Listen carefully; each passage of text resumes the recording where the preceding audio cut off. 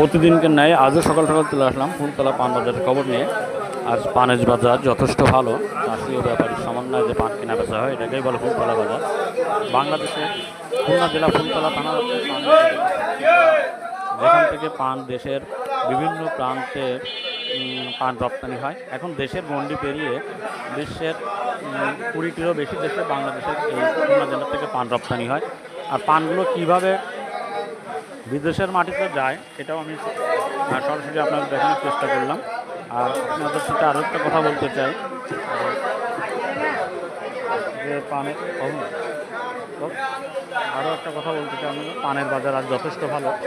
আপনারা যারা পান কাটতে ইচ্ছুক বা পান কাটার জন্য চিন্তাভাবনা করছেন তারা পান কাটতে পারেন।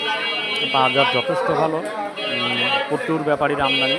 বলি পানের বাজার অনেক বেশি, আর 30, 40, 45 যে পানগুলো সে পানগুলো আরও দাম বেশি। তাই আপনাদের বলতে চাই, আর যেসব ব্যক্তিগুলো দেখছেন যে পান নিয়ে বসে আছে এরা হচ্ছে গিয়ে হার কেপকে, এরা জীবনে কোনোদিন পান বিক্রি করতে পারে না। এরা 30 টাকার পান 90 টাকা দাম চায়, তাহলে কী করে বিক্রি করবে? এদের পানগুলো জীবনে কোনোদিন বিক্রি হয় না।